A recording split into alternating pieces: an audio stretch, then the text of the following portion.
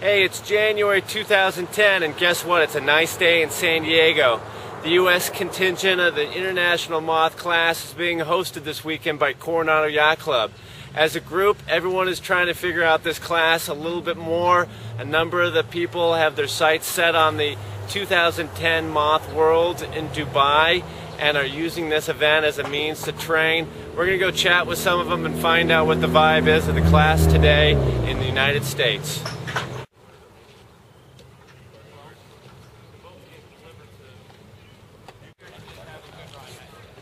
Hey, Charlie McKee. Now, it didn't seem that long ago that we were over in Mission Bay remarking on the first event of moth sailing in the U.S. When was that? That was 2 years ago, basically, and we were pretty excited that we had 5 boats in the same place. And that was, you know, basically day one of moth sailing in the U.S. And now where are we now? It's January 2010 at Coronado, and what's going on here?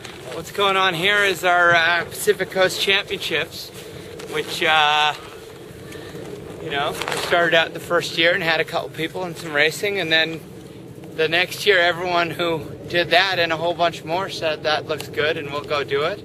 And here we are after 2 years, and all those people came back and a whole bunch more.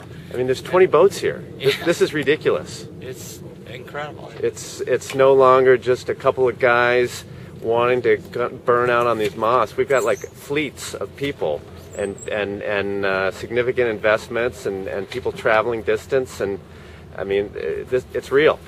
Yeah, it's real. We've got, you know, the real people that are, you know, trying to, at the top of this fleet, we got world champions and people trying to be world champions.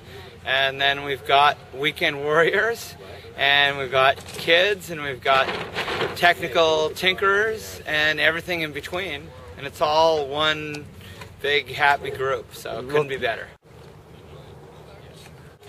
Now tell me about what you guys were doing in Miami. I mean, you guys left the winter and headed south to get some training in. Yeah, kind of ever since, you know, our entire moth thing started, or, you know, Bora bought a boat. You know, I had just finished the Volvo when Bora got his first boat, and had, you know, we both kind of had opportunities to go to Australia that first winter. So that's what we did, and then we went again the following winter, and it just ended up being a really, really long way to sail, you know, to sail for like 6 or 8 days at a time. So after Bora won the Worlds, you know, we're kind of like, I think it's time that, you know, everybody comes and trains with us instead of us going to train with them. So we kind of worked it all out and figured that we'd just go to Biscayne Bay and try to do as much sailing as we can, and we both have girlfriends, so, you know, it was a good way to, you know, be able to do a 2.5-hour flight home for a couple weekends in the holiday and kind of balance it and make it all happen. Now, the American contingent has risen pretty quickly to become extremely competitive on the world level. It's taken a group, though, to do it. Definitely. I mean, there's no doubt that Bora's, you know, Bora's dedication and effort is definitely. I mean, we're just riding out the coattails.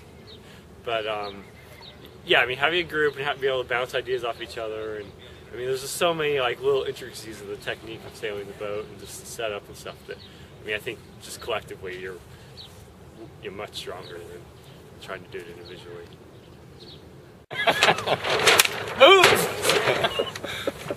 Yeah, perfect. From the Worlds last year in the Gorge to the Worlds in Dubai, what would you say you have done personally to improve your chances for, again, a top finish at the Worlds?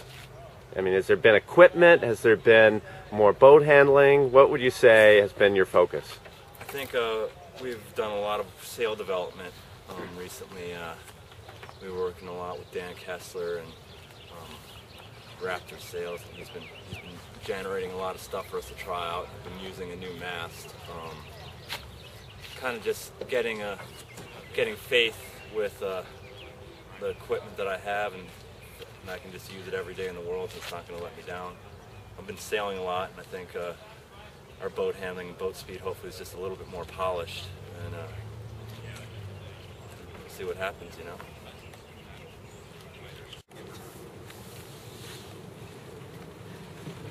I started working with Dalton Bergen first of all on some sales for the boat, for the Moths, and that kind of spiraled after the Worlds into starting to do a little bit of work with Bora and Bear as well. Now, working with the sails, what's your background? I come pretty much from windsurfing world as far as making sails go. I'm pretty into boat racing, but my skill set really comes directly from windsurfing world. And what sail making group are you with? Right now we make all the equipment for this big windsurfing brand Gastra, and then my stuff sells under Raptor Sails and Vandal Sails. Now, the similarities between board sails and Moth sails, are there some? Yeah, it's pretty huge actually, because you know, these Moths, they use camber inducers, and they sail with sort of pre-tension rigs that really put them kind of in a board sailing type of category. Gives us a little bit of a head start on how to set up sail on cams and all that. Now, with the camber inducers, we're talking about big luff sleeves and creating foils around the mast. That's true. I mean, the real thing with the camber is that you know, if you look at the sails, they kind of have draft depth even when there's no wind pushing on them. The camber does a few things, but really its primary purpose is to kind of hold the shape, the sail shape, both when it's light air to hold like a airflow shape to the sail, and also when it's windy it helps keep the sail skin more stable and keep the draft from sliding back in the big puffs. Now, what would you tell all the women who have seen the videos, who've looked at the Moth stories, but haven't seen too many female names in the midst? Just that, I mean, there's no reason not to sail the Moth. You know, one disadvantage we have is sometimes being a little smaller, but that hasn't been a problem really for me in the Moth learning, or, you know, maybe at the top end it would be nice to be a little heavier, but generally it's just, you know, coordination and figuring out the basics. So. Charlie Key called me a couple months ago and invited me to come down South Bay on one of those perfect days, and had me, got the boat all rigged and out there, and had me blast around on a reach, and it was so much fun. I lay in bed that night and thought it was as much fun as I had on the windiest, hairiest days, you know, for 70, except I didn't have a fire hose of water in my face, and I wasn't wearing a dry suit.